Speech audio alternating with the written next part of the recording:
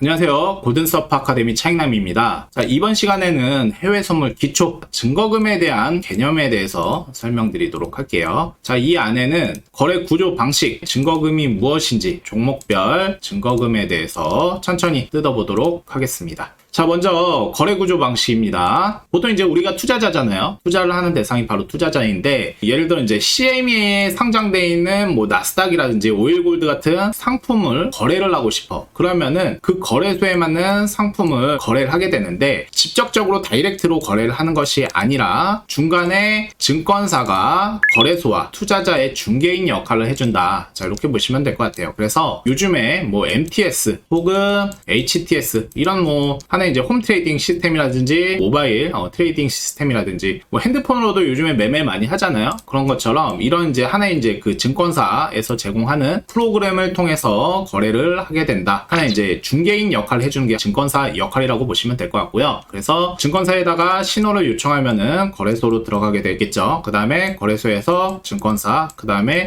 투자자의 계좌로 이렇게 들어가는 방식이다. 자, 이렇게 보시면 되겠습니다. 자, 그리고 이제 2번 위탁 유지 추가 증거금인데요. 일단은 증거금에 대한 개념부터 좀 간단하게 설명드리도록 할게요. 증거금이란 게 뭐냐면은 쉽게 말하면은 증권사에서 투자자가 수익이 날 때는 괜찮은데 손실이 날 때 손실에 대한 하나의 이제 그 안전 보장 장치라고 보시면 될 것 같아요. 안전 장치. 자, 그래서 증거금이라는 거는 하나의 이제 담보금이라고 보시면 될 것 같아요. 그래서 예를 들어 너가 얼마 이상을 넣어놔. 그러면은 거래를 할 수 있게 해줄게. 네 돈 안에서 손실 범위 이상 뭐 빠지면은 그 이상 뭐 담보금을 넣고 추가적으로 더 매매를 해라. 이런 하나의 담보금에 대한 개념. 당연히 이제 뭐 투자자가 본 손실을 증권사에서 손실을 볼 필요가 절대 없겠죠. 그렇기 때문에 이런 증거금 제도를 넣어서 손실에 대한 리스크를 제한하는 게 하나의 이제 증거금 제도다. 자, 이렇게 보시면 될 것 같고, 그러다 보니까 증거금이라는 거는 거래소랑 별개로, 물론 이제 종목별로 증거금이 다 다른데 조금 비슷하기는 하지만 그래도 딱 뭐 일률적으로 다 같은 가격을 가지는 않는다. A증권사, B증권사, C증권사, 증권사별로 예를 들어 나스닥이다 하더라도 증거금이 다 동일하지는 않다. 자, 이 부분도 참고하셨으면 좋겠습니다. 자, 그래서 이제 위탁 증거금이 무엇이냐? 자, 위탁 증거금은 다른 말로 이제 개시 증거금이라고도 해요. 그래서 한 계약 기준으로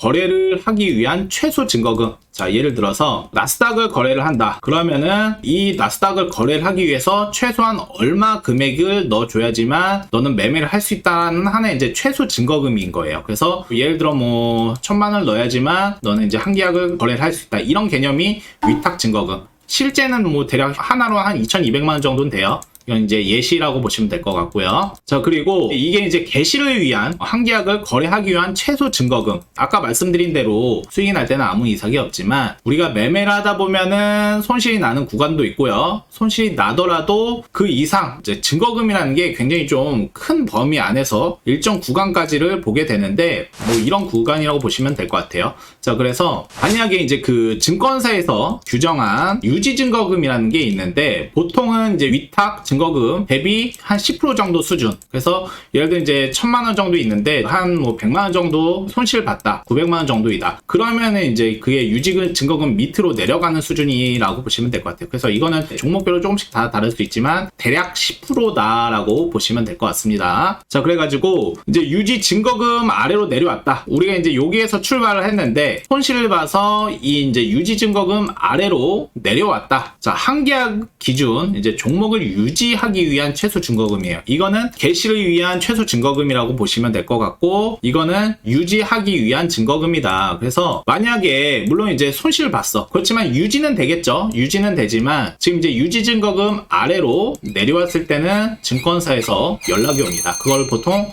마진콜이라고 하죠. 그래서 이제 이거는 전화를 통해서 올 수도 있고요. 뭐 문자를 통해서 올 수도 있고 요즘 뭐 카톡 이런 것도 오죠. 그렇기 때문에 보통 이제 뭐 다양한 정보를 통해서 이제 연락이 온다. 그래서 보통은 이제 개시 증거금 이상으로 이제 가능하면은 올려달라. 자, 이게 보통 이제 추가 증거금이라고 보시면 될 것 같아요. 보통은 이제 유지 증거금 이상만 올려놔라. 그렇게 연락이 오는데 보통 너무 타이트하기 때문에 어느 정도 증거금이란 거는 여유 있게 좀 하시는 게 제일 좋아요. 예를 들어 이제 이제 나스닥이 뭐 2,200만 원이다. 그러면은 2,200만 원만 딱 넣고 하시면은 굉장히 좀 타이트하단 말이에요. 10% 정도 떨어지면은 마진콜 연락이 오기 때문에 가능하면은 뭐 2,500만 원이라든지 좀 여유 있는, 조금 더 위탁 증거금보다도 더 여유 있게 좀 넣어놓고 매매를 하시는 게 심리적으로 좀 안정적이다라고 보시면 될 것 같아요. 자, 그래서 종목별 증거금에 대해서 좀 살펴볼 텐데요. 지금 요 보시면은, 자, 키움증권에서 이거 지난번에 키는 거 한번 설명드렸었는데, 보시면은 돋보기 옆에 0773번이라고 누르면은 불러오는 코드라고 보시면 될 것 같아요. 자, 그래가지고 지금 이제 이게 상품별 증거금을 보는 건데, 이거를 매일 볼 필요는 없는데 간혹 공지에 나올 때가 있어요. 이게 뭐냐면은 날짜별로 증거금이 다를 때가 있는데, 당연히 이제 오늘 기준 증거금을 보시는 게 좋겠고요. 이걸 매일 보실 필요는 없는 게, 보통은 몇 달 계속 뭐 유지가 될 수도 있고요. 근데 웬만해선 잘 안 바뀌는데, 간혹 이제 변동성이 좀 많이 크게 들어와서 뭐 한 달 뒤에 금액대가 굉장히 좀 많이 떠 있다라든지, 아니면 너무 현저하게 가치가 떨어져 있다라든지, 그러면은 너무 많이 올라가 있으면은 올라간 가치에 따라서 증거금도 올라간다라고 보시면 될 것 같고요. 반대로 가격이 떨어졌다. 자, 그러면 이제 가격 하락에 따른 증거금도 내려간다라고 보시면 될 것 같아요. 예를 들어 뭐 나스닥을 뭐 2,400만 원 가지고 했는데 어떨 때는 2,200만 원, 이런 식으로 좀 바뀔 수 있다는 거죠. 가격이 떨어지면. 이런 건 또 이제 환율에 대한 영향도 받을 수 있다. 자, 이렇게 보시면 되겠습니다. 자, 그래서 보통은 이제 달러로 거래가 되고, 대표적인 종목 한번 살펴볼게요. 나스닥 한번 살펴보면은, 미니 나스닥 같은 경우가 스탠다드라고 지난번에 말씀드렸죠. 그리고 자, 마이크로 나스닥이 지난번에 이제 간단하게 설명을 드렸을 때 상품에 대한 이제 그 사이즈 말씀드렸었죠. 다시 간단하게 복귀하면은 표준 사이즈가 있고요. 그 다음에 미니 사이즈, 그리고 마이크로 사이즈 자 있는데, 보통은 표준 대비 미니 사이즈는 2분의 1 사이즈, 그리고 마이크로 사이즈는 표준 대비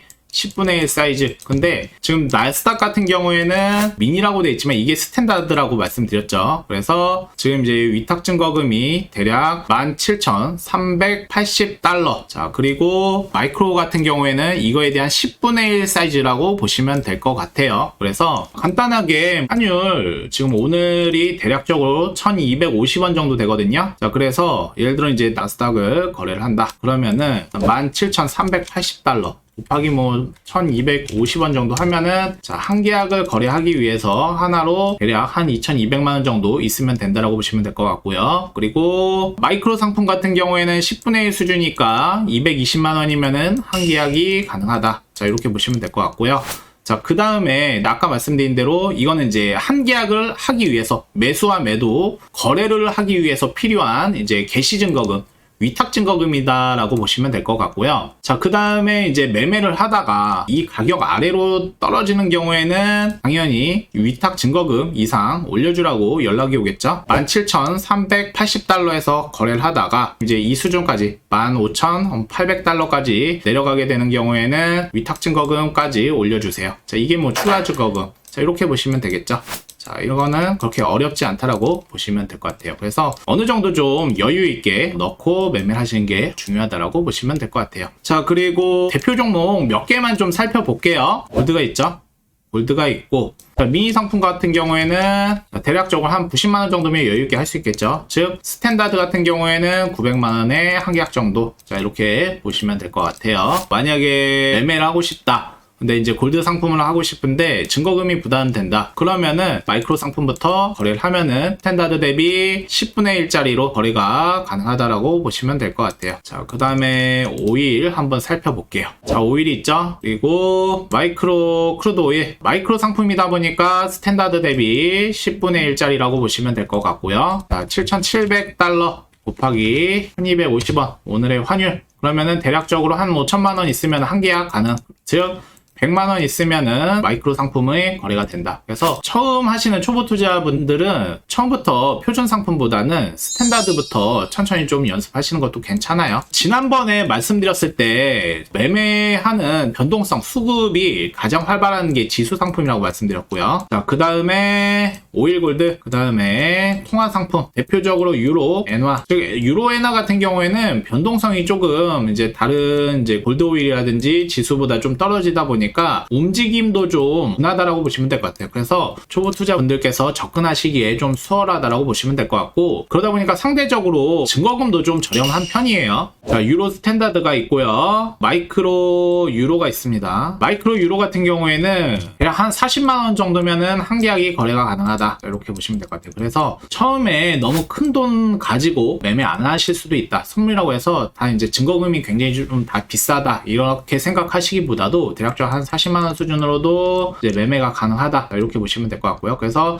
천천히 이제 수익을 쌓아가시면서 연습을 해 가시면서 이렇게 한 단계 한 단계 밟아 나가시는 것도 괜찮다라고 보시면 될 것 같아요. 그래서 간단하게 종목별 증거금 살펴봤고요. 그래서 이게 일률적으로 매번 똑같지는 않지만, 그렇다고 해서 이게 뭐 하루 증거금이 바뀌지는 않아요. 그래서 보통 이제 제일 좋은 거는 당일의 거래금에 맞게 해주시는 게 좋은데, 그래도 뭐 이게 전체적으로 그렇게 뭐 빠르게 업데이트가 되지는 않기 때문에 웬만해서는 그 수준이 좀 유지된다라고 보시면 될 것 같아요. 그래서 키움증권 기준으로 상품별 증거금 보는 거는 뭐 앞에 있는 0773, 자 이렇게 눌러주셔서 한번 체크해 보시는 것도 좋을 것 같습니다.